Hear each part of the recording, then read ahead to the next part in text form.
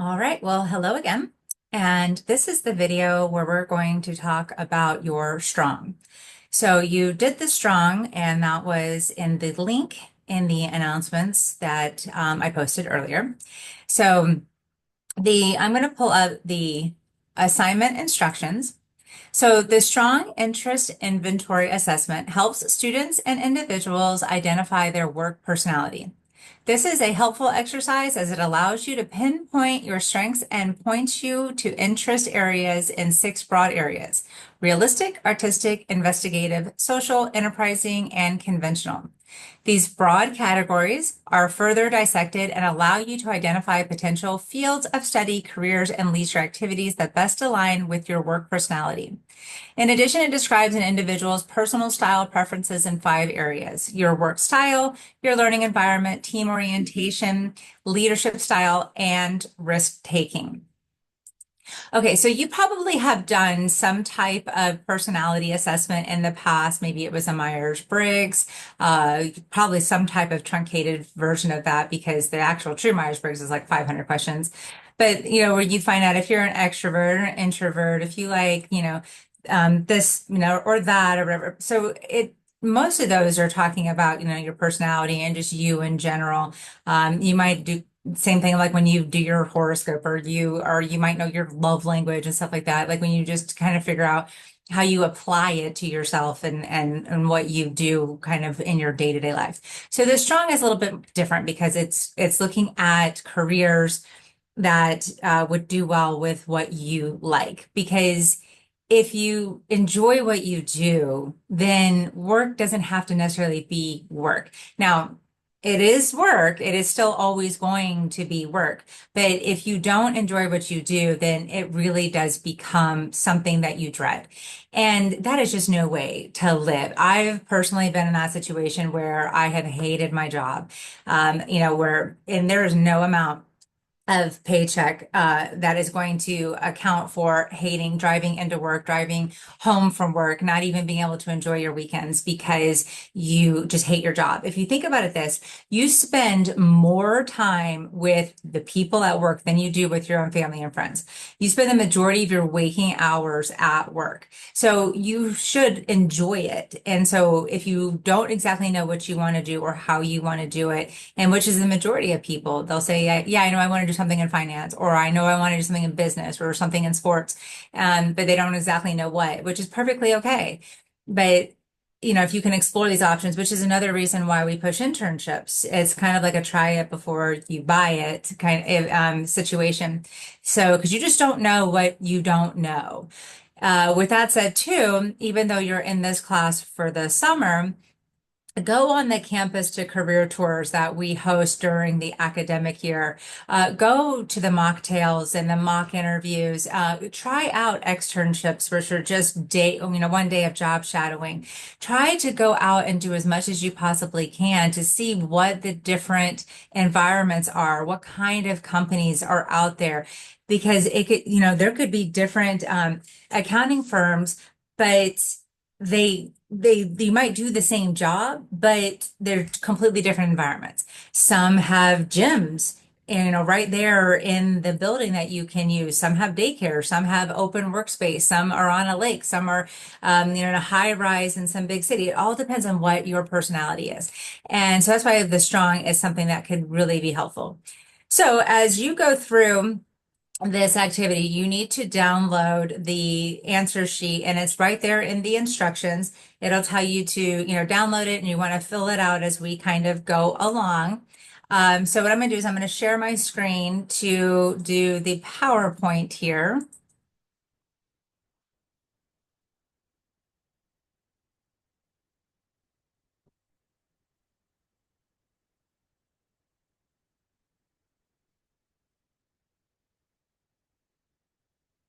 Oops, go back a little bit here. All right, so did I? This is okay. So here is, good Lord, me and technology. Aha. How did I get to share before? There it is. There we go. All right, thank you for bearing with me. All right, so the strong is designed to identify your patterns of interest and how these interests relate to potential career, academic, or leisure activities. And we're going to look at general occupation themes, your basic interest scales, your occupational scales, and your personal scales. So again, there's the Myers-Briggs. If you've ever taken that, it tells you all about your personality. We are going to look at just these six categories that are going to relate to work. So realistic, investigative, artistic, social, enterprising, and then conventional. So the assumption is that the majority of people can be categorized into these six areas. Your occupational environments can be divided by the same interest areas. So people look for occupational environments that allow them to use their skills, things that they enjoy. And that just makes sense, right? If you are a very people oriented person, you are going to enjoy working with people. If you don't, you're somebody who is more, a behind the scenes kind of person. You're going to be enjoy working, behind a desk. So let me give you some examples. Like I'm very people focused. I've been an educator for 25 years.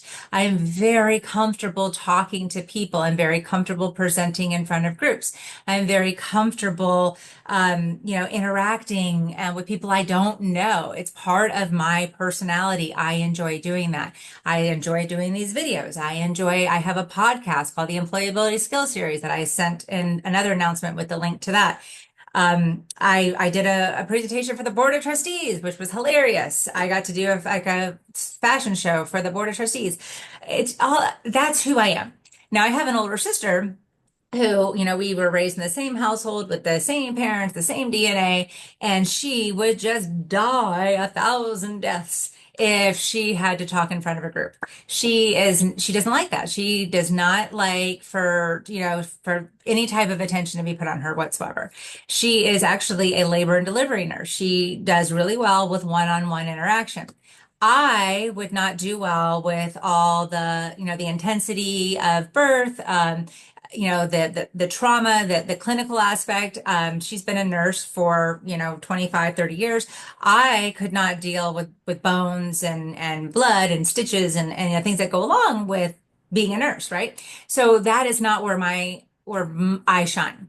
My dad, he owns his own consulting firm. He's really good with computer software.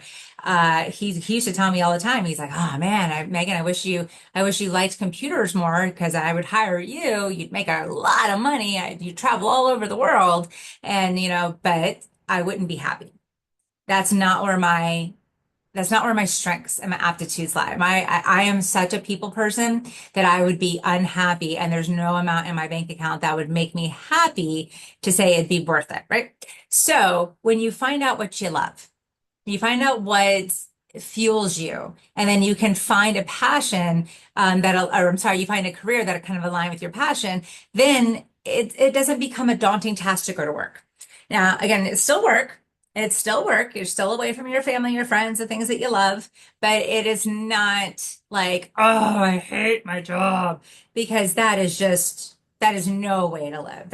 Life is way, way, way, way too short to feel that way. And if you find yourself in that situation, don't have false loyalty. Get yourself out, make sure you have a plan. Never burn bridges. Oh my gosh, never burn professional bridges. But find another job, get yourself out and move on, because it's just, again, life is way too short. Okay, off my soapbox. Okay, so we're going to look at your strong. All right, so this is your summary worksheet that I asked you to download. You can print it, you can download it, you can do whatever you want with it. You're not actually turning this in, but it's just going to help you when you go to do your reflection. You haven't looked at your results yet. You're just doing this portion of it, and then you're going to go back and look at your results. All right, so here we go. So these are oh, sorry. Guess I should tell you what we're doing. Hold on, water break. Okay, so as you can see on your sheet here, we have the six categories, right? We have realistic, investigative, artistic, social, enterprising, and conventional. So what I'm going to put up on the screen And I'm going to go quickly because you can pause. It's a video. You're going to pause it. So what I'm going to do is I'm going to put up on the screen. We're just going to go for the first one. Realistic. These are the doers. I want you to read through everything on here, and anything that jumps out at you, like to work with their hands, tools, machinery, computer networks, practical, physically active, so on and so forth. Anything that jumps out at you that you're like, oh yeah, that's me, that's me, that's me. Write it in that portion on your realistic piece of your worksheet. If none of this speaks to you, you're going to leave it blank. Okay, you can write as much or as little as you want. And we're going to do that for each one. Again, I'm going to go quickly because this is a video. You can pause it. So first one, realistic, the doers, their primary motivation is they use their hands-on skills to produce tangible results. Next is your investigative, the thinkers, their primary motivation is curiosity, learning, knowledge. Artistic is the creators, primary motivation is creative, self-expression. Social is the helpers, primary motivation is helping others. Enterprising is the persuaders. Primary motivation is persuading others to believe what they believe. Lastly is conventional, organizers. Organizing and bringing others or bringing order to data and things. Okay. Now that you've got all of that filled out, you're going to look at these categories and you're going to say, okay, where did I write the most in each category? Now, it could be 1 up to possibly 3. And you're going to write those letters in your estimated theme code box right here. So maybe you wrote a whole lot in realistics, so you'd have an R, maybe S, maybe E. It doesn't matter. If you wrote a whole lot in all of them, maybe you need to kind of proverbially trim that fat, right? If you didn't write any, maybe you need to go back and look and see like what kind of jumped out at you. So again, you're kind of guesstimating your theme code here. And you're going to write 1 to 3 letters would be right up here. Then when we look at our results, when you look at your results on your actual, holy guacamole, you're strong. Woo, my train jumped the track, but it's back on track. So it's going to come, we're going to look at 4 different parts of your results: your general occupation themes, your basic interest, your occupation skills, and your personal skills. It's going to look at basically the who I am, the what, the where, and the how. So this, let me see if I can. I am going to stop share because I've got a bigger one that I can show you.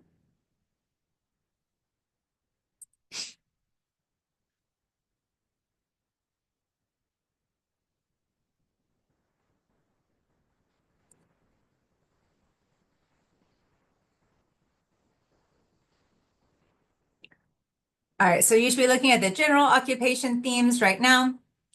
And you can make this just a bit bigger. If you're old like me, need to be able to see things. Move me out of the way. All right, so this is the who you are.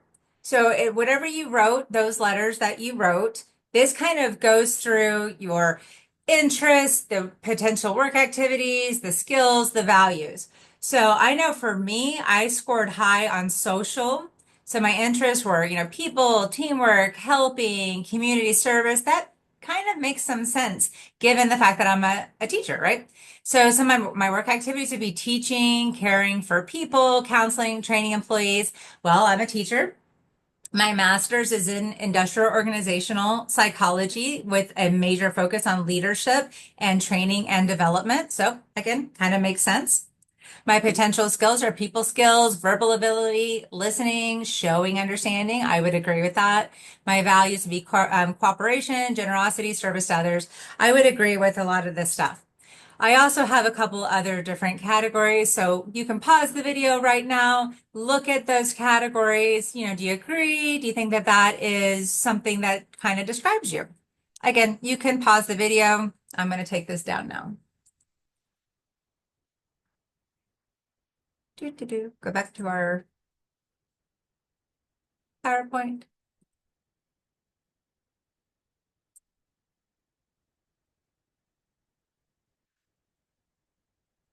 Yeah. Okay. Then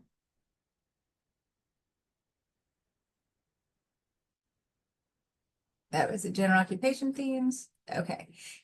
Let's just go to this next page here. I have to do a screen share.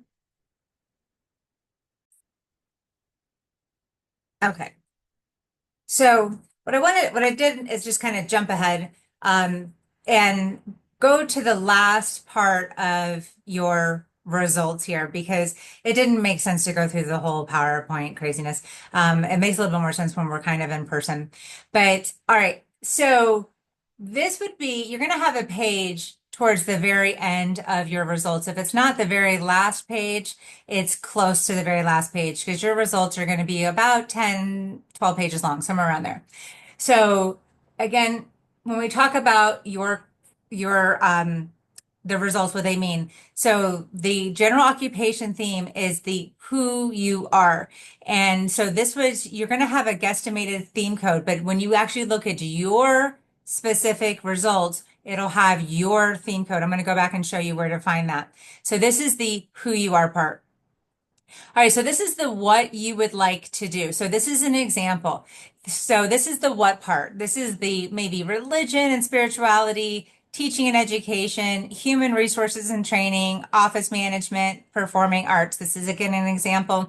If you look over here to the right, it says areas that you would probably be least interested in, which would be entrepreneurship, programming and information systems and research. So something that you would probably maybe want to stay away from if you had a theme code of social and artistic. Then now is your top 10 occupations. So this is the where you might want to do these jobs. I love this part. This is where you can really dive in and explore different occupations. These are hyperlinked to a website called mynextmove.org, and I'm going to show you that in just a quick minute. But here's all the different types of jobs that you might be interested in. Again, if these were your results, over here would be areas to avoid. And then lastly, this is the how you want to do it. You know, this is going to be like on some kind of sliding scale. If your results are a little bit more midway, that's perfectly understandable because you just don't know what you don't know. Mine are a little bit more polarized because I have worked before and I know what I like. So do you prefer to work alone or do you prefer to work in teams? Do you prefer to learn by doing or to be, to learn by being taught kind of stuff? So your results will tell you kind of what you like. So for example, I have to get really close, got the rate. You likely prefer working with people. You seem to prefer to learn by doing and through lectures and books. You probably are comfortable both leading by example and taking charge. And you may dislike taking risks. You probably enjoy both team roles and independent roles. And that is just going to be depending on how you answered these questions. So this would be this is kind of how the page that you're going to look at, excuse me, when you're looking at your results. I want to take a moment, pause this again. So this is what your strong results will look like. So these are mine. I did this a couple years back. So it might look just a tiny bit different, but it won't look too different. But if they were always updating and having different versions of it. But this is what it'll look like. And here's kind of give you a little bit of background information. Here's those occupational themes that we just looked at. So around the second or so page is going to be your theme code. Remember on the worksheet, we did the estimated theme code. And now according to the strong, here's your theme code. So you just want to compare the two. How did you do? Did you guesstimate close to what the strong did? Do you agree? Do you disagree? But your highest theme code, so for me, mine was enterprising, social, artistic. To me, artistic was a little bit, I was like, But if you look here, enterprising and social, they were 60. Artistic was down to 45.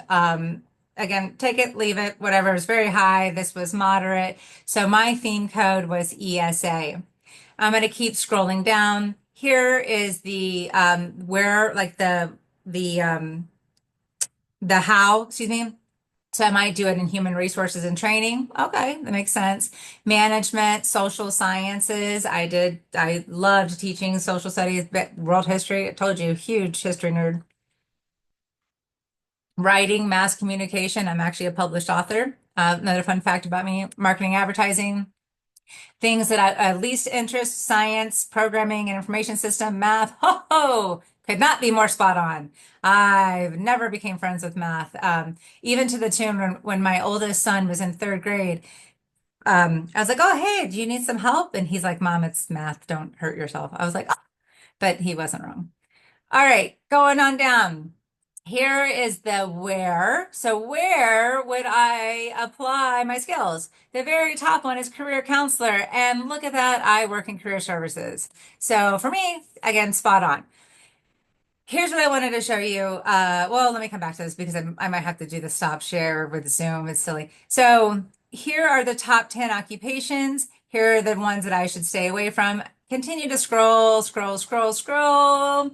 Here is where the how I like to do it. Like I said, mine are a little bit more polarized simply because I've worked for the last 25 years. I know what I like, what I don't like.